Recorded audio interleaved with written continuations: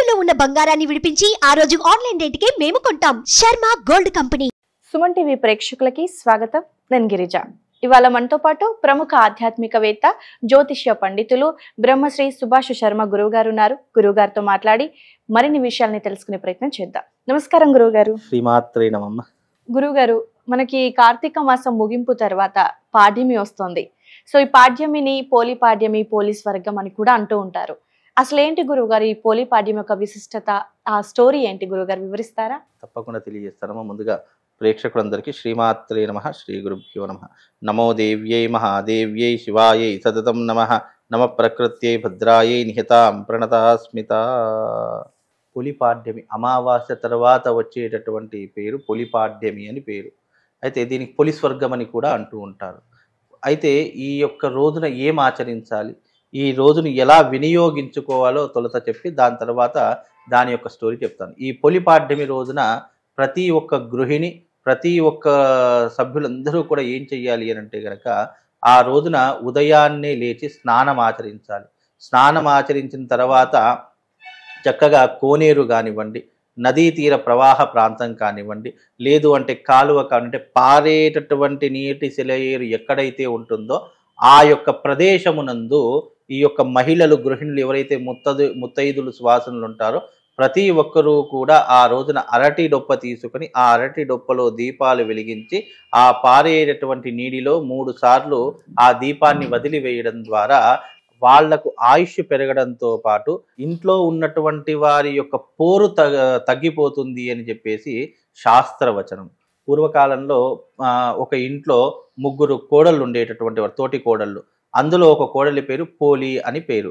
అయితే ఆమె ఆ యొక్క ఇంటి యందు అనేక కష్టాలు పడుతూ ఉండేటటువంటిది. అయితే అంటే అత్తగారి పోరు, ఆడబిడ్డల పోరు, తోటి కోడల పోరు, ఇలా అనేక రకాల పోరు పడుతూ ఉంటుంది. అలా పోరును పడుతున్నటువంటి సమయంలో దాని నుంచి బయటపడడానికి ఏం చేస్తే బాగుంటుంది, ఏ రకమైనటువంటి పద్ధతి ఆచరిస్తే బాగుంటుంది అనేటటువంటి అంశాలన్నీ కూడా అందులో తెలియజేయడం జరిగింది. అయితే ఎవరైతే తమ కుటుంబంలో అత్తగారి పోరు, లేదంటే ఆడబిడ్డల పోరు, లేదు అంటే కుటుంబ సభ్యుల యొక్క ఇబ్బందులు పెడుతూ ఉంటున్నారో అలాంటి ప్రతి ఒక్కరు కూడా కుటుంబం బాగుండాలి, కుటుంబంలో అనురాగ ఆప్యాయతలు చక్కగా సమృద్ధిగా ఉండాలి అని చెప్పి చేసేటటువంటిదే ఈ పోలీస్ వర్గము అని దీనికి పేరు. అయితే ఎవరైతే ఆ రోజున సూర్యోదయానికి పూర్వమే నిద్రలేచి చక్కగా ఆ పారేటటువంటి నీటి సెలయేరు దగ్గర కూర్చుండి ఆ అరటి డొప్పలో వేసినటువంటి దీపాలు ఎవరైతే ఆ యొక్క దాంట్లో వేస్తారో దాని ద్వారా వాళ్ళకు ఉన్నటువంటి కుటుంబ పోరు తొలగిపోయేటటువంటి అవకాశం ఉంటుంది. అలాగే ఆ రోజున చక్కగా గంగా స్నాన విధిని ఆచరణ చేసుకోవాలి. ఆ రోజున శివాలయానికి కానీ, విష్ణు ఆలయానికి కానీ, ఆంజనేయ స్వామి ఆలయానికి కానీ, లేదా అమ్మవారి యొక్క ఆలయానికి కానీ, ఈ 4 ఏదో ఒక ఆలయాన్ని నిర్ణయం చేసుకొని ఆ ఆలయానికి వెళ్ళి తప్పకుండా అక్కడ నమస్కారం చేసుకొని 11 ప్రదక్షిణలు చేయడం అనేటటువంటిది పద్ధతిగా పెట్టడం జరిగింది. అలాగే ఆ రోజున బెల్లము, కందిపప్పు, చక్కెర, రవ్వ ఇలాంటివి తీసుకొని వెళ్ళి అక్కడ ఉన్నటువంటి పశుపక్షాదులకు పెట్టడం కానీ, లేదా ఆవులకు పెట్టడం కానీ చేయడం వల్ల కుటుంబం అంతా కూడా సుఖశాంతులతో వర్ధిల్లుతుంది అని కూడా మనకు శాస్త్రం చెప్పడం జరిగింది.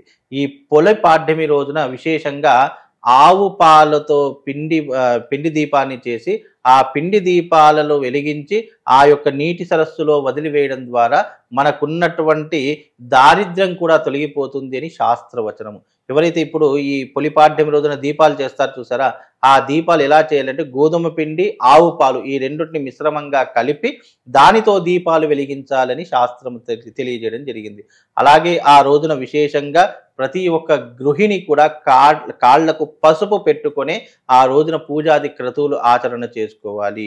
ఇంకోటి ఏంటంటే అమావాస్య అయిపోయిన తర్వాత మార్గశిర మాసంలో అడుగు పెట్టేటటువంటి సమయం కాబట్టి ఇదంతా కూడా మార్గశిర మాసం దేనికి ప్రత్యేకత అంటే ఇప్పుడు కార్తీక మాసము శివారాధనకు, విష్ణు ఆరాధనకు ప్రత్యేకం అని చెప్పడం జరిగింది. ఈ మార్గశిర మాసము శ్రీకృష్ణుడి యొక్క ఆరాధనకు, కృష్ణుడి యొక్క తత్వాన్ని అర్థం చేసుకోవడానికి ఈ యొక్క మార్గశిర మాసం చాలా విశేషమైనదని శాస్త్రం.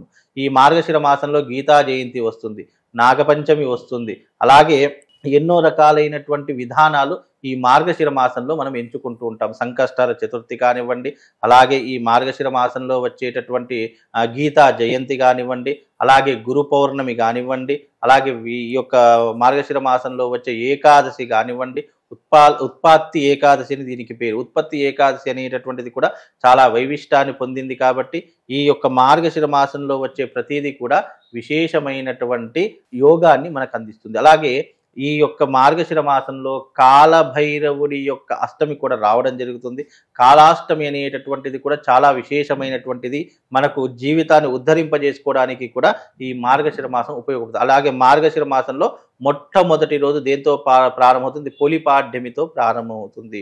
ఇంట్లో సుఖ సంతోషాలు ఉండాలన్నా, ఆయురారోగ్య ఐశ్వర్యాదులున్నా ప్రతి ఒక్క గృహిణి ఈ అమావాస్య అయిపోయిన తర్వాత ఈ పాడ్యమి రోజున ఇది ఎక్కువగా ఆంధ్ర సైడ్ ప్రాంతాల్లో చేస్తారు. మన తెలంగాణ అంతగా కనిపించదు కానీ ఆంధ్ర సైడ్లో మాత్రం చాలా విపరీతంగా చేస్తూ ఉంటారు.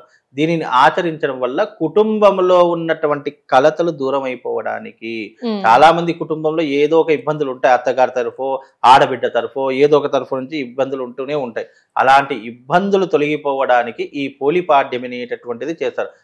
అప్పట్లో పొలి అనేటటువంటి ఒక గృహిణి చేసింది కాబట్టి, అందుకే ఈ పాడ్యమి రోజున నిర్వహించింది కాబట్టి దీనికి ఆ పేరే వచ్చింది, పొలిపాడ్యమి అని చెప్తూ ఉంటారు. నిజానికి అమావాస్య అయిపోతుంది పాడ్యమి. పొలిపాడ్యం అనేటటువంటి ఆ పొలి అనేటటువంటి స్త్రీ గృహిణి ఈ యొక్క వ్రతాన్ని ఆచరించింది, ఈ రకమైనటువంటి పద్ధతిని ఆచరించింది కాబట్టే దీనికి పొలిపాడ్యం అని పేరు. ఆ రోజున చక్కగా ఈ విధమైనటువంటి పద్ధతులను ఆచరించుకోండి. అలాగే పాడ్యమి రోజున విశేషంగా ఎవరికైనా శత్రుభీతి ఉంది, ఎవరికైనా అప్పుల బాధలు, అనారోగ్య సమస్యలు ఏవైనా ఉన్నాయి అని అనుకుంటే ఆ రోజున కాలభైరవుని యొక్క స్తోత్రము 11 సార్లు పారాయణం చేసి భస్మం తీసుకొని దక్షిణ దిక్కుగా ముఖం చేసేసి ఆ యొక్క భస్మాన్ని దక్షిణ దిక్కుగా ఉండి గాలిలో ఊపివేయడం ద్వారా కూడా మనకున్నటువంటి రుణ సమస్యలు తొలగిపోతాయి, మనకున్నటువంటి శత్రు బాధలు తొలగిపోతాయి, ఆరోగ్య సమస్యలు కూడా తొలగిపోతాయని శాస్త్రవచనం. అది కూడా ఈ పాడ్యమి రోజే చెయ్యాలట. ఎప్పుడు అమావాస్య వెళ్ళిపోయినటువంటి మరుసటి రోజున పాడ్యమి రోజున కాలభైరవాష్టకం 11 సార్లు పారాయణం చేయాలి.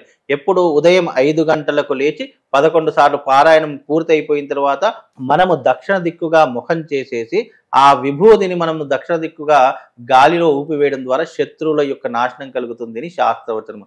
కనుక ఈ పాడ్యమి రోజున ఈ రకమైనటువంటి పద్ధతిని ఎవరైనా చేస్తే వాళ్ళకు శుభము లాభము రెండూ కూడా సమృద్ధిగా కలుగుతాయమ్మా. ఓకే గురువు గారు, పోలి యొక్క కథని అలాగే పోలి రోజు శత్రు బాధ ఉన్న వారికి ఒక మంచి రెమెడీ కూడా వివరించారు గురువు గారు. ధన్యవాదాలు. శ్రీమాత.